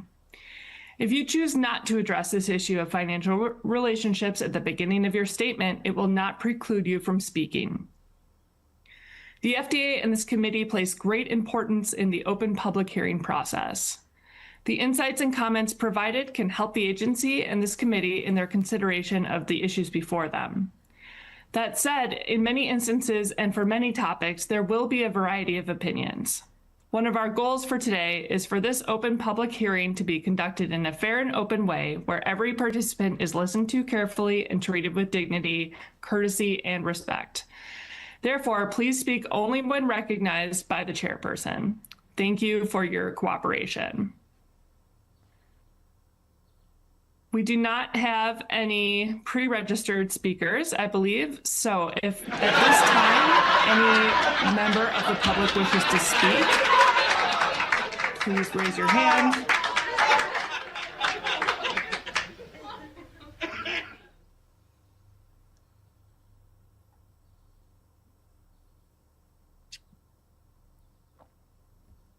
Pro forma, my friends, pro forma. So please keep in mind that no one on our side is ever going to explain to you that this was just an irreducibly complex background that was made to seem like spread using non-specific PCR tests that the FDA did not regulate, still doesn't regulate, and now we've come to accept as gold standard in diagnostics. You know, you heard Mary Talley Bowden say it in my stream in 2022 that she was testing for 17 different viruses with one test in her office. That's why she's on Joe Rogan. That's why she's on the podcast with Nicole Shanahan, because she's never going to question the specificity of these PCR tests or the fidelity of virology. She accepts it. Something strange. None of these people are ever going to question the PCR test. That a lot of them were put in place specifically to make sure that people would ask any other question. And they're also not going to tell you that they didn't risk transfecting everyone and that placebo made it safe. Instead, they're going to tell you stories about batches and freezers and, you know, whatever. And this is all bullshit. And now we've gotten to the stage where there's contamination and that explains everything. Or it's the overexpression of the spike that explains everything. In reality, all of these risks were known. All of these potential downsides were known. And probably a list of many others that hasn't widely circulated is probably already known. They didn't risk transfecting everyone. Placebo made it safe, and that's why none of these people will tell you that and explain it to you. They will only try to make you believe that everybody had good intentions, but they screwed up or something like that. The other thing that these people won't tell you is that there was a known, anticipated rise in all-cause mortality to which this theater was timed. In other words, they had an anticipated rise in all-cause mortality that they saw coming since I graduated from high school. And they have been putting this narrative about coronavirus and endemicity as a process and an endpoint into place using people like Ralph Baric and others, even people like Peter Daszak and 60 Minutes and EcoHealth Alliance, so that perfectly timed with this anticipated rise in all-cause mortality, they would have an excuse for manslaughter. And so an anticipated rise in all-cause mortality was sculpted using manslaughter and lies on social media. And it is specifically the orchestration on social media of this narrative that allowed it to happen. And all of these people are present on and making their living on that social media today. That's how you can see them. They all won't tell you about this signal. And they all won't ever build a list to explain what the virus did and what the murder did. You know, they can say things like there was a lot of iatrogenic, you know, whatever, but that doesn't really get at the fact that they murdered people under the pretense that viral pneumonia was real. Viral pneumonia that didn't exist until 2020 and then stopped existing in 2022, according to what I can see here in this figure. And these numbers suggest that there was no viral pneumonia. These numbers suggest that everybody that believes in viral pneumonia is an idiot and has been bamboozled by people like Daniel Griffin and Vincent Racaniello and Paul Offit and Tony Fauci and Ralph Baric and Peter Daszak and 60 Minutes, because they all agree that these things exist and that these biological phenomenon are very easily measurable. And that's why none of these people will ever tell you that supplementary oxygen is toxic or that not using antibiotics to treat something that is based in bacteria would be disastrous. And none of those people will tell you that the opioid deaths took a few people out, because then the math doesn't work anymore, because all the white things are true too. Sophisticated liars is what we have on the internet, and these sophisticated liars were put in place to make sure that any and all damage from transfection could be effectively blamed on the process or the assumption or the virus. The toxic spike protein with the furin cleavage sites and the staphylococcus and enterotoxin B homologies and the HIV inserts. Many of those things we learned through Indian people. And then there are people who have inspired a lot of thought for me, people like JJCouey, you know, who's regarded by a few people by some people as sort of this kind of savant or idiot or something whose ideas are just... He's one of the worst people on the internet because he's a total fraud. And the reason why you can know he's a total fraud is because he's cooperated with Jessica Hockett and Jonathan Engler and Martin Neal and the rest of Panda to obscure the fact that I gave 3 presentations to Panda in 2022, the same year that he went on a cruise off the coast of Turkey with Robert Malone and his wife for a week. And all of those presentations have been lost and instead scoured through and sifted through for any little piecemeal ideas that they can use and represent as their own foresight or insight into the pandemic, when in reality, these people are on the exact same script that all of them are on there. It's Robert Malone's script. It's Kevin McKernan's script. So that's why this 2.5 years after mRNA vaccination. So we have some of these coming out. We have some excess mortality papers coming out. We identified large increases in deaths after vaccination. So a lot up the pipeline at the McCullough Foundation here. There's no way to describe how awful it is that the McCullough Foundation has Kermit the Frog working this spike protein story after 6 years. After I have been fighting this spike protein story since I decided that Kevin McCairn and Jessica Rose and this guy Walter Chestnut and all these other people that were focused on the spike protein, even people like Richard Fleming, these are all clowns, all on the same shitty script. And it's like a hamster wheel, because every couple years they introduce a new person and an old person together with the same story about a spike protein and cancer and cardiac problems, etc., etc., etc. This is so malevolent and it's so gross. And the only reason why it's effective for anybody is because we use social media like Rumble, like X, like Locals, like Telegram, like Signal, like all this shit that they used against us. We're now over our 20th study looking at the harms of these shots, and we will continue to do so. Now remember, what this does is it ties together all kinds of things, because remember, first of all, Pierre Corey, Robert Malone, Ryan Cole, and Peter McCullough have basically been busy since the middle of 2020 and certainly the beginning of 2021 all around the United States. And often at that time, they were present at different things, like America's Frontline Doctors. They were there for a while. Then they got out of that and made the FLCCC, and that's where Corey stayed. But then Robert Malone was doing this international COVID summit thing, and Ryan Cole has been, working kind of with CHD and with these other things.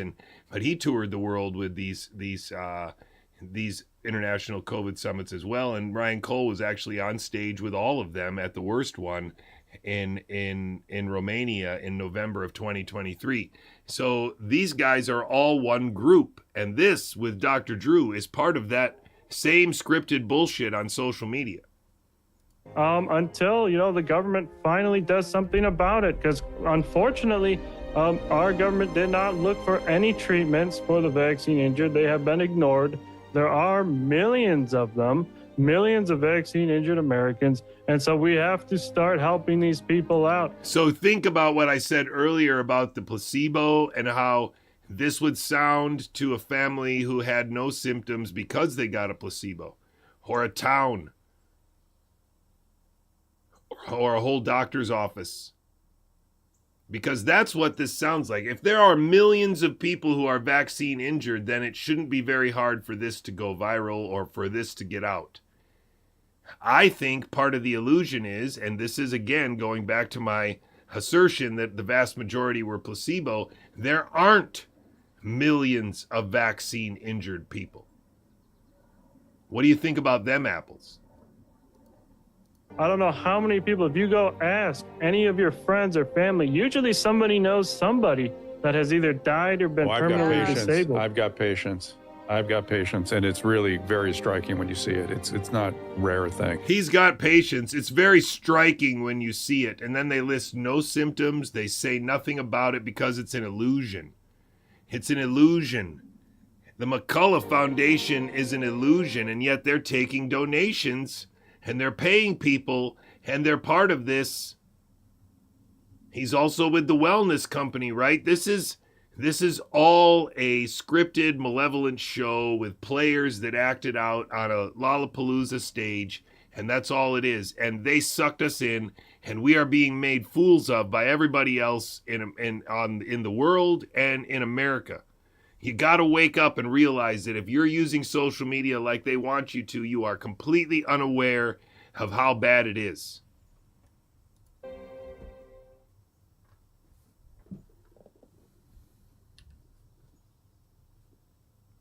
Every cell in our body contains a molecule called DNA, and that contains 4 much smaller blocks of molecules called A, C, T, and G. These are repeated over and over again in various combinations to create a genetic code that amazingly makes us, us. And the Human Genome Project enables scientists to read it, just like a barcode. But the new Synthetic Genome Project will take this a giant leap further. Not only will they be able to read the DNA, you can know many vaccine injured, but that's still not millions, because they could only be in your little geographic region. They could be in only your group. Millions is a lot of people. Remember, America has about 350 million people in it. So if it's millions, then it's 1 or 2 or 3 out of every 300. I mean, we've got to see it for what it is, right? They transfected a lot of old people because none of those people were going to be seen through. There, whatever symptoms they had, stroked out, great. Old people didn't get placebos. Kids got placebos. Young people got placebos. Everybody that we could not have get an injury got placebos. And the ones that did get injured, those are pretty rare. And the ones that aren't rare, well, they were probably at university when they got their shot. What do you think about them apples? Because again, the hot shots would have been rolled out in places where the coercion was maximum and the questioning was made to be minimum. So not at your doctor's office, but at a university.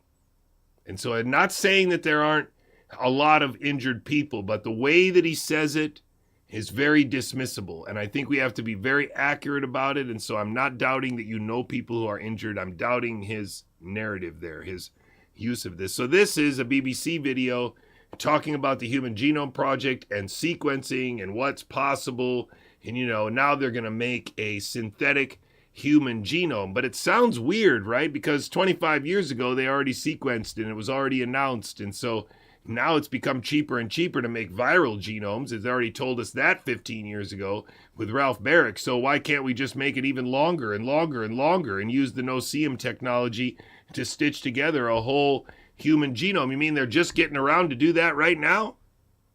They hope to be able to write parts of it, maybe one day all of it, from scratch, molecule by molecule. Oh, parts of it from scratch, not all of it from scratch. You see, now they're slowly rolling out the idea that we need to start editing people, and the only way to do it is to edit people.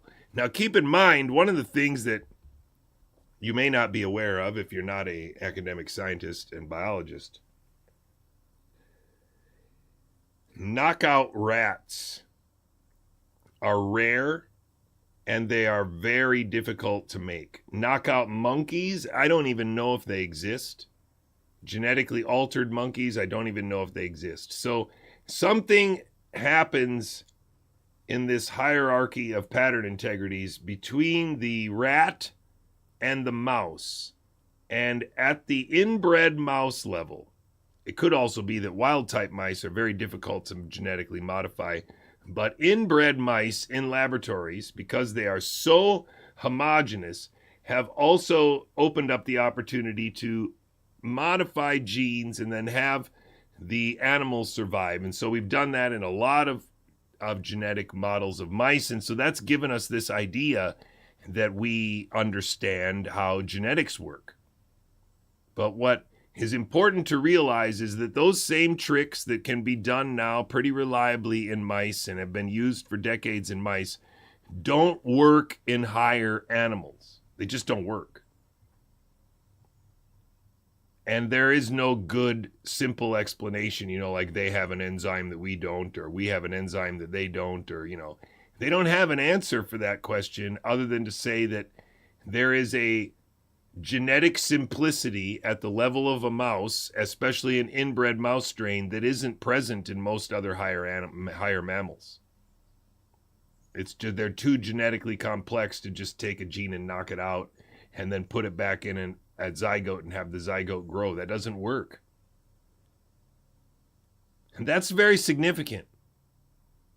It's a very significant gap in our understanding. And yet, as we move through, organoids is one of those things that will get us around that problem.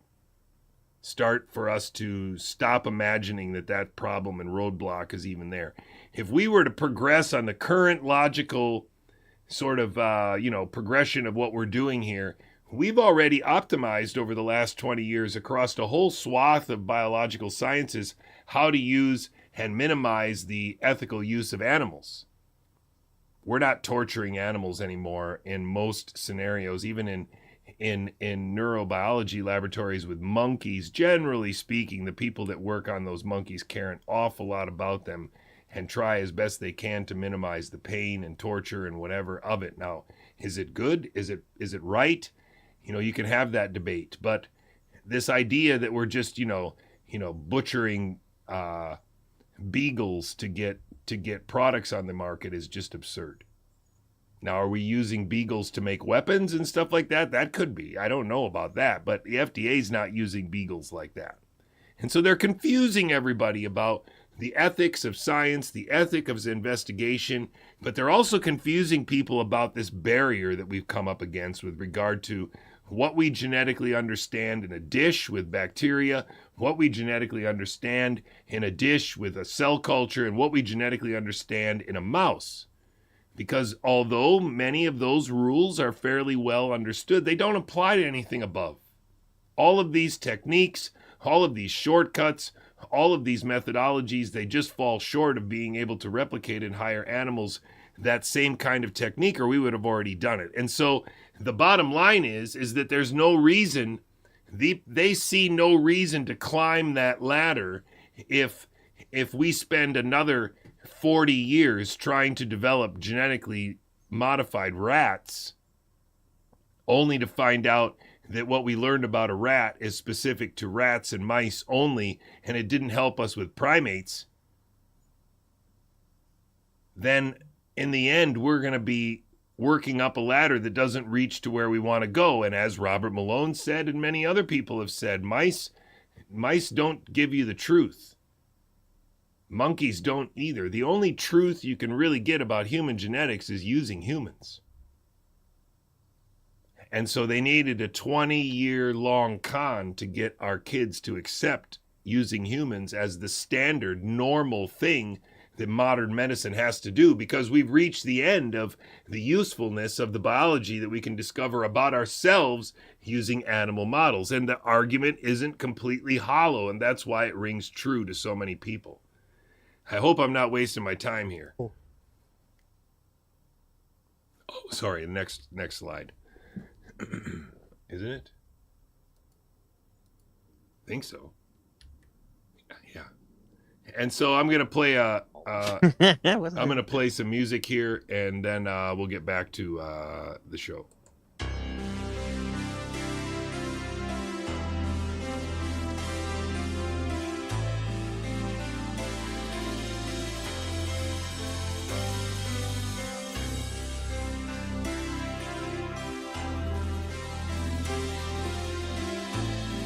Oh, wait, I completely blew that.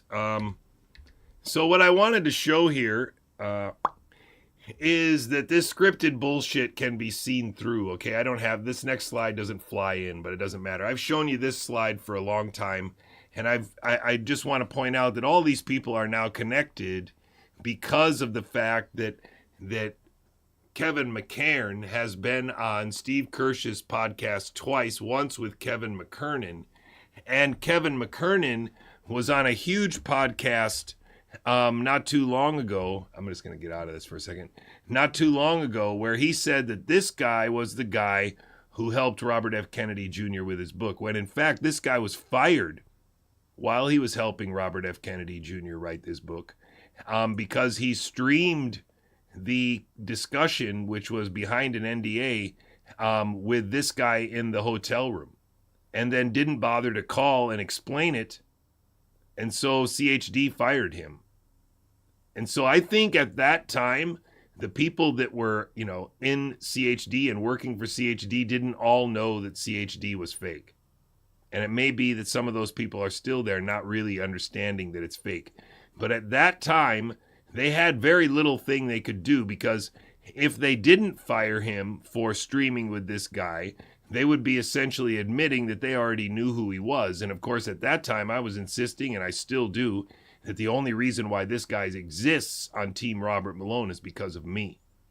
They brought him in because he did some postdoc with some guy that I was working with at the University of Pittsburgh. And so he could call me up in March of 2020 and say, hey, dude, I used to work with this guy that you're working with now. We should do a stream about coronavirus. I saw your YouTube channel. Oh, really? Wow, cool. You're a neuroscientist too. That's awesome. And then he brought me in with Paul Cottrell. These two guys are all associated with George Webb, who, of course, is in some kind of lawsuit with Robert Malone, or used to be, just like the Bregans. It's one malevolent show.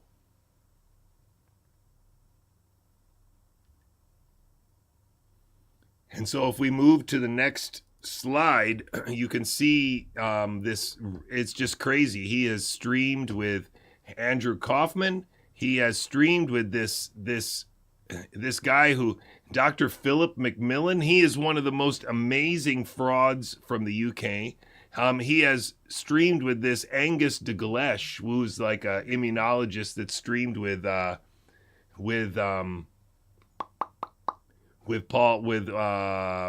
John Campbell so often. And then this guy who was on my stream very early with a bunch of skulls behind him, and has now become this, hurt guy because his Give, Send, Go has $250,000 in it, but the Canadian government's taking it away. And so he's really on stage. He's getting to do all the Substack stuff and getting all the subscribers from Substack and also from Give, Send, Go, but has to whine about the fact that they're taking his PayPal money. It's really remarkable. And so remember, he streamed with these two. This is just the most damning evidence there is, besides the fact that he was also on with this Jordan Vaughn guy. And Jordan Vaughn, the videos of him of 2021 are just extraordinary. He's literally auditioning for the show. I mean, up here in the corner, I don't know if you can see this. This Bruce Patterson is a guy who published with Robert Malone at the beginning of the pandemic. Bruce Patterson on there is just ridiculous. And I think Mark Kulak could tell you more about that guy. And then Pierre Corey blowing the lid off SIDS. This is exactly what I'm talking about. This is bullshit. If these people were real, like Tony Bark was, if they were real, like Brandy Vaughn was, they would have blown the lid off of SIDS in the Vaxxed movie. They would have blown the lid off of SIDS in the Vaxxed movie. They would have blown the lid off of SIDS in the Vaxxed movie, or maybe in the Vaxxed 2 movie, but, they didn't even blow the lid off of SIDS in the Vaxxed 3 movie.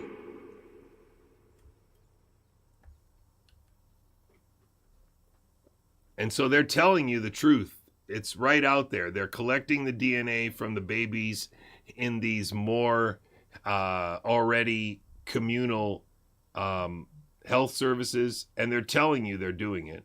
In America, they're going to do it. They're just going to de-identify the data first and use the algorithm to bring it in. And they'll use any data that they need to. Where you attended school, where the tests were done, yada, yada, yada, and there it is. Remember, they don't need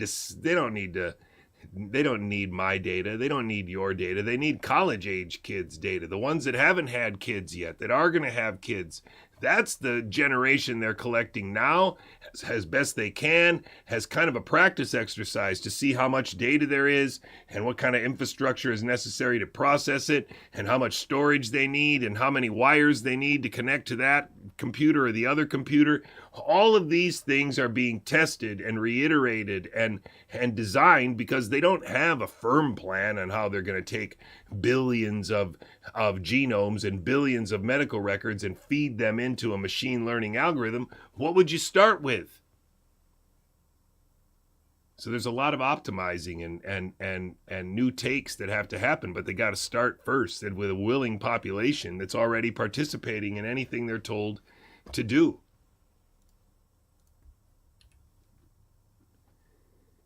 And so I was going to play this, but now I'm thinking, wow, I'm really gone over. It's 1:40, and I want to do I want to do a musical break, and then maybe I guess I'm going to go back to that. So maybe I'm going to escape out of here, and then I'm going to cut this and put it down here. And then I'm going to tease you with what we're going to do tomorrow, because I guess I got to move this forward then. Okay, so now's the time if you want to. Sorry, take a little break, and I'll be back in about, let's see, when will I be back? In 5 minutes and 10 seconds. Thanks very much for being here. Thanks for being here, really. It means a lot.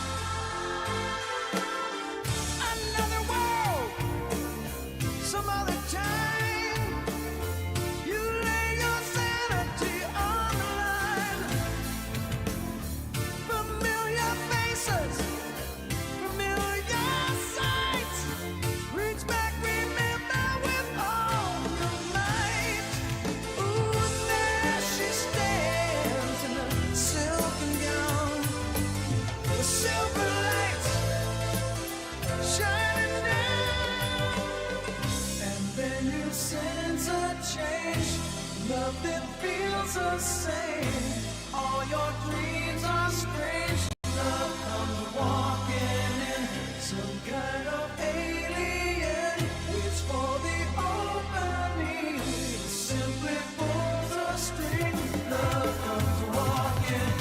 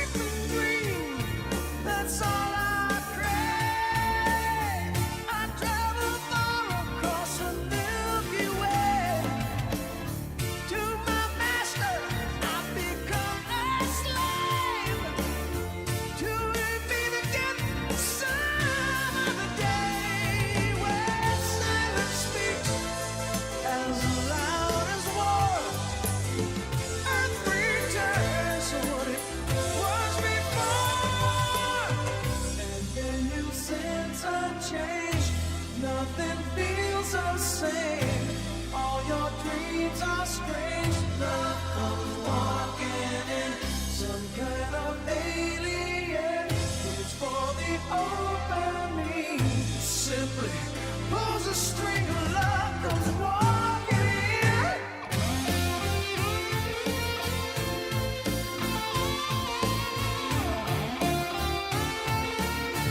Love comes walking in. Baby, pull a string. Love comes walking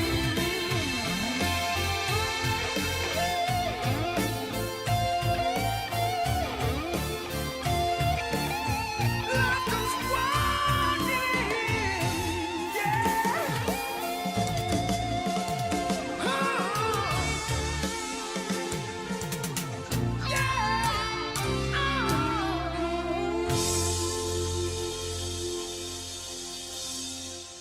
They are all scripted bullshitters on Robert Malone and Kevin McKernan's bullshit script. What a long, strange trip it has been, ladies and gentlemen. Welcome to the show, second half.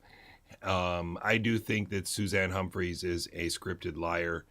There's no way to explain how, when Tony Bark and Brandy Vaughn were alive, she was able to so succinctly say that there are no safe vaccines, that she doesn't think it's possible because it's antithetical to our biology.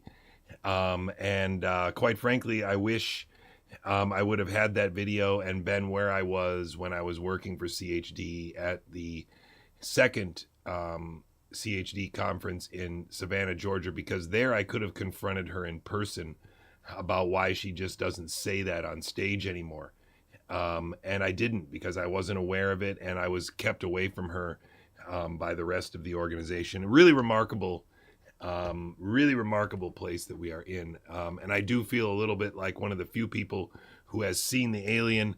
This is what it looks like from the other side. With Professor Debbie Svidder, who is a chair of global health at University of Edinburgh in Scotland.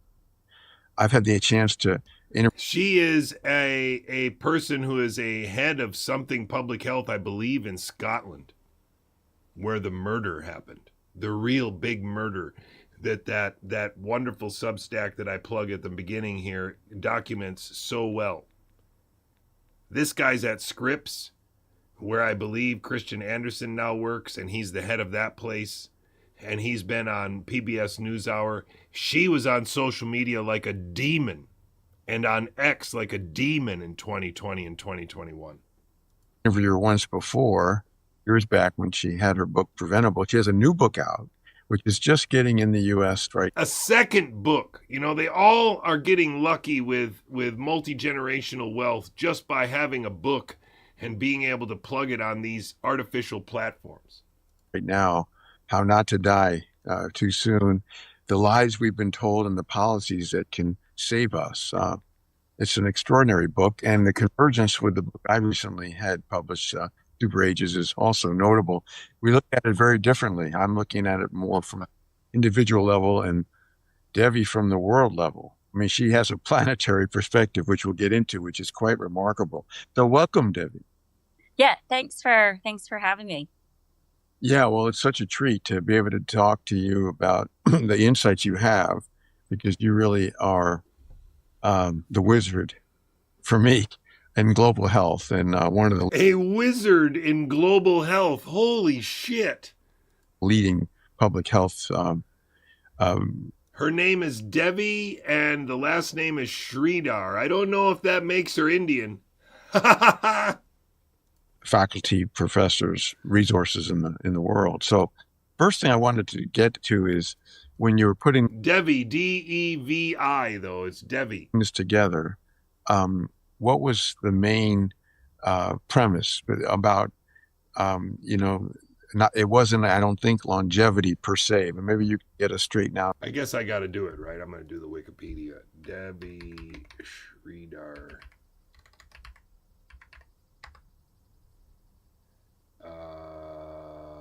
Wiki. She's got a wiki. He's an American-born health researcher who now works in Scotland. She's written several books. She was a member of the SAGE committee at the university in the UK. That's awesome. Her father was Kazi Sridhar. She was in Miami for an Indian family. There you go. I mean, I don't want to be a shithead, but this is another Indian. This is another Indian family. It's another Indian that went to Oxford. I mean, come on. Come on.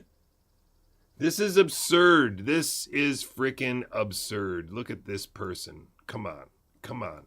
I don't know if you noticed, but they had this this new Star Trek that came out last year, the year before that. I don't remember what it's called anymore. New Worlds. A lot of genetic modification in it. And also, the really pretty Vulcan happens to be Indian. It's it's fantastic. I'm just nuts, though. You know, this is crazy talk. Anyway, here we go.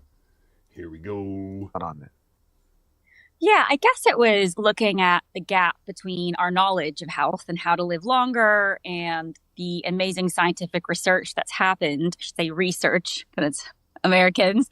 Yeah, Star Trek Strange New Worlds. It's like they had like 3 or 4 episodes in a row where the main theme was something to do with genetic modification and whether, you know, talking about the ethics of it and whether we should change the environment to suit us or whether we should change us to suit the environment. It's pretty awesome. Anyway, my son is giving me shit because I haven't fed the fish. I mean, seriously? Come on now. Oh, they did get bikes. That's nice. Good. They were out trying to get bikes. That's funny. And life expectancy going backwards, especially since the pandemic, and also seeing the rise of chronic disease in younger people like diabetes and cancers, and trying to think, why is there this gap? Wow, so she just is a wizard and she's going to solve the American health crisis, just like Bobby Kennedy, but, you know, from Scotland, I guess. Between our knowledge and actually what's happening. And then in the course of it, you know, I started looking at people like Brian Johnson, who I know you look at in your book, thinking, oh, wow, there are a lot of people thinking about this issue. But the way I'm thinking about it was much more, I think, global. I'm American, but I've lived in Britain. I've lived in a bunch of different countries. My team does research across the world. And so trying to bring like a global perspective to this, but also one where we as individuals are much like social beings. So actually where you live, especially since the pandemic, and also seeing the rise of chronic disease in younger people like diabetes and cancers, and trying to think, why is there this gap between our knowledge and actually what's happening? I don't think longevity per se, but maybe you can get us straightened out on that. Yeah, I guess it was looking at the gap between our knowledge of health and how to live longer and the amazing scientific research that's happened. I should say research, because it's Americans. And life expectancy going backwards, especially since the pandemic, and also seeing the rise of chronic disease in younger people. She has no idea why the life expectancy might have gone backwards since the pandemic, other than maybe murdering people. Other than maybe allowing manslaughter, encouraging it, scripting it, and then making sure it got covered up on social media by useful idiots like her? Holy shit.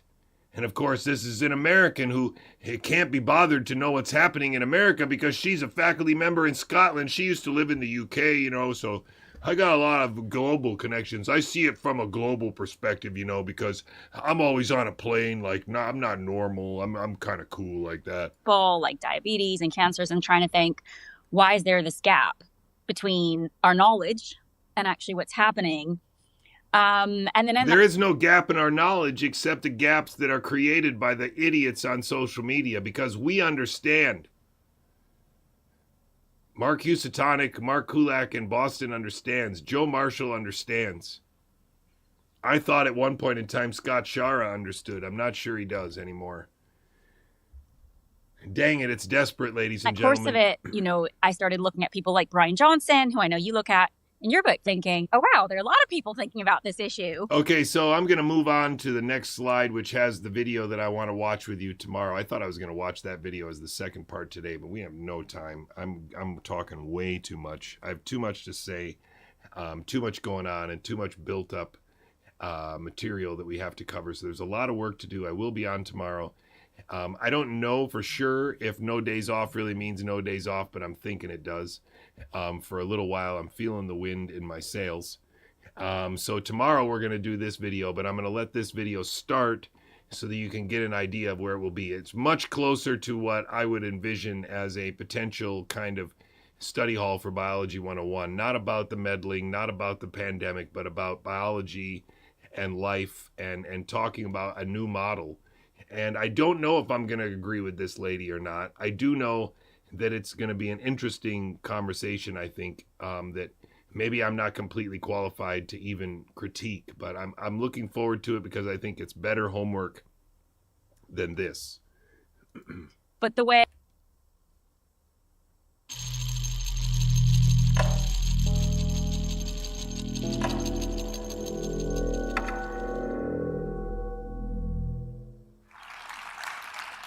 Good evening. Welcome to our Long Now Talk with Sarah Amari Walker.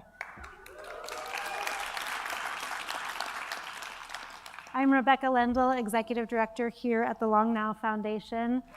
I'm excited to now introduce to you our guest host for the evening, Benjamin Bratton, Director of the Antikythera Program at the Berggruen Institute. Benjamin and Sarah are longtime collaborators, and they're working at the very edges of their respective disciplines. What a great recommendation in the chat. If you haven't seen it, Time Bandits is indeed a fabulous movie. And yes, I feel kind of the same as Entropy Writer. I probably should rewatch that because it is really a classic. Wow. I can still kind of remember the first time I saw it. It was with Kevin and Billy. I can remember that. And we're fortunate to have them here with us tonight as kind of voyagers at these new frontiers of thought. Yes, you see it correctly, Fletch. It is the Long Now Foundation. It is the long perspective. And that's why I was so curious about what this would be about. Excellent, excellent catch. Thank you for being with us, and enjoy. And over to you, Benjamin Bratton. Thanks, Rebecca. As you'll see, Sarah's talk is going to be quite a wild ride. So what I sort of come up with is sort of like, let's say, some key concepts of Walkerism that if you can kind of hold on to, this may help give you a little bit of a menu of what you're in store for. First, astrobiology. We generally think of astrobiology as like the Martians and stuff from outer space. No, it's also a way in which we think about us right here. We are the astrobiology. Astrobiology is how Joshua Lederberg thought about the possibility that a comet passing by the Earth would have the requisite water content to maybe seed an ocean, or the requisite, it could carry things from other places like viruses, and bacteria to seed life on Earth. And so Joshua Lederberg was one of the first people to really think about that and to really codify it as an idea and came up with the word exobiology.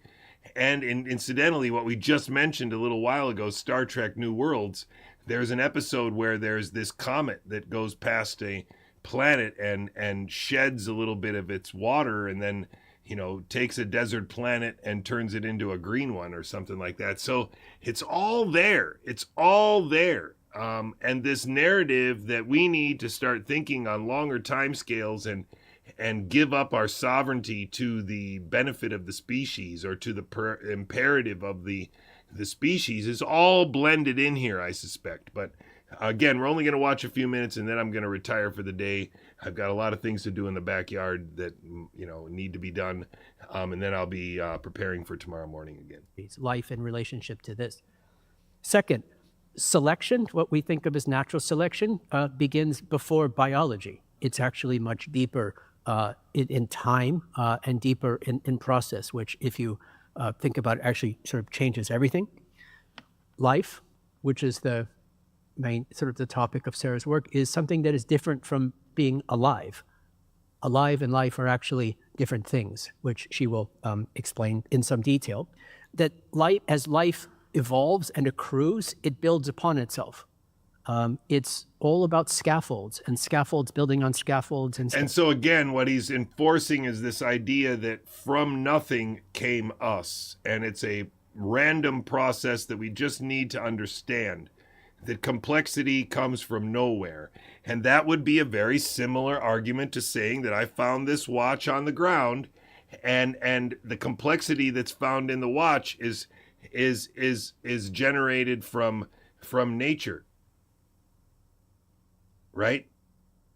That's what we're talking about here. It is. It's made by men and women. It's a man-made thing. But what we find in a cell, we're supposed to believe, and these people believe, actually the right word should be assume. These people assume that we are at the end of a infinitesimally long process of the accumulation of complexity. Just like this watch is the accumulation of complexity. You know, this is better than the other watches that were made before, and they got better and better. And the same thing happened spontaneously that resulted in us. And that's the thing. They want you to believe that this has an intelligence behind it, but you do not. There's no design.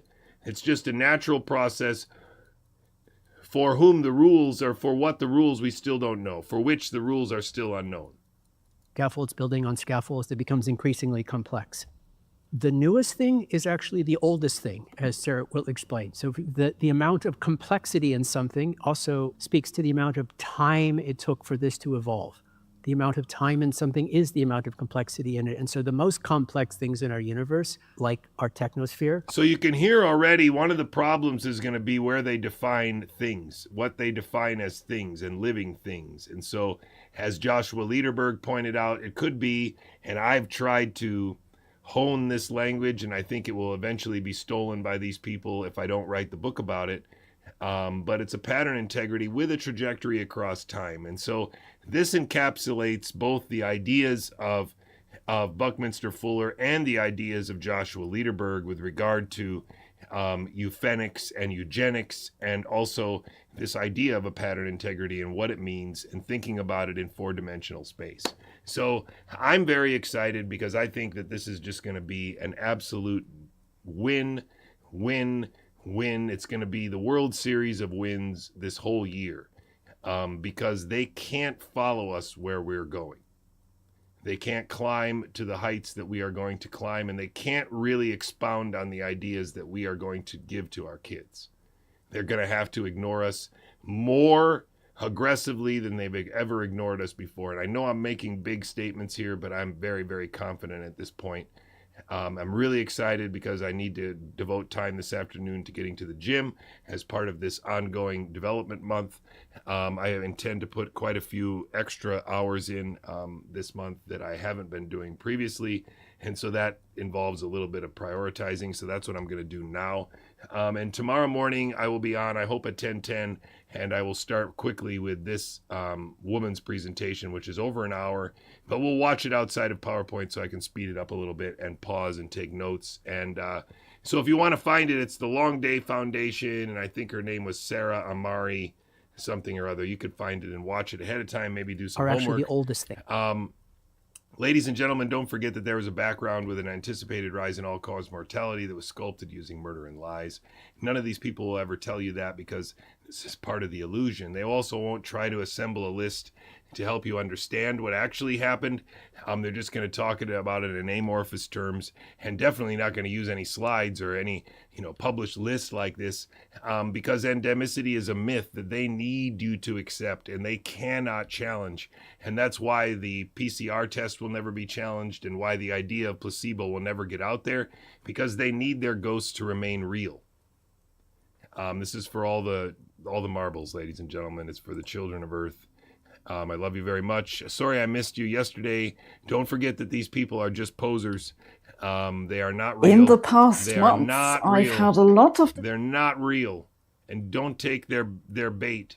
AI is probably just a bunch of Indian guys in a room with Photoshop and Adobe Premiere, teaching the AI algorithm how to make these dumb pictures. The endemicity is a myth, but collecting your genome and trying to use AI to decipher it is definitely not. They have all their eggs in that basket.